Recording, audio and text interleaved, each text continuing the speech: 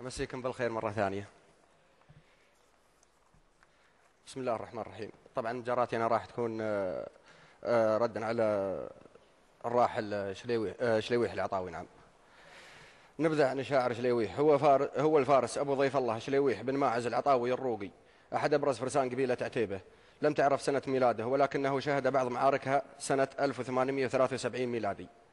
توفي الشاعر الراحل سنة 1912 مقتولا على صهوة جواده.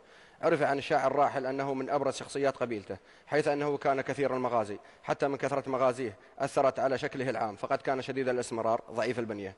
من أشهر قصائد الراحل والتي سنجاريها الليلة: والله يقدرنا إن شاء الله، يا ناشد عني تراني شليويح، قلبي على قطع الخرايم عزومي.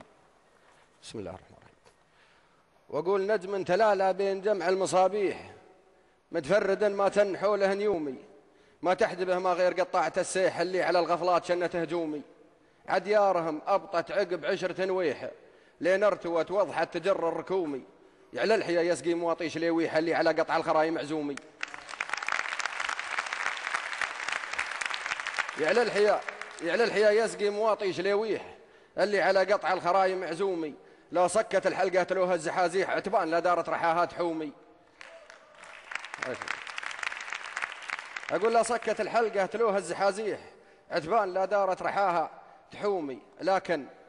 لكن حال الدهر ما به مرابيح، ليت القدر ما حال بين القرومي. في عصرنا اللي ما به الا التصاريح، بالقول غير الفعل ليته يقومي. القيد بيد اللي ينصوها المنازيح، والحر بياعها بسوق الرخومي. السلام عليكم ورحمة الله وبركاته. صح. بيض الله وجهك.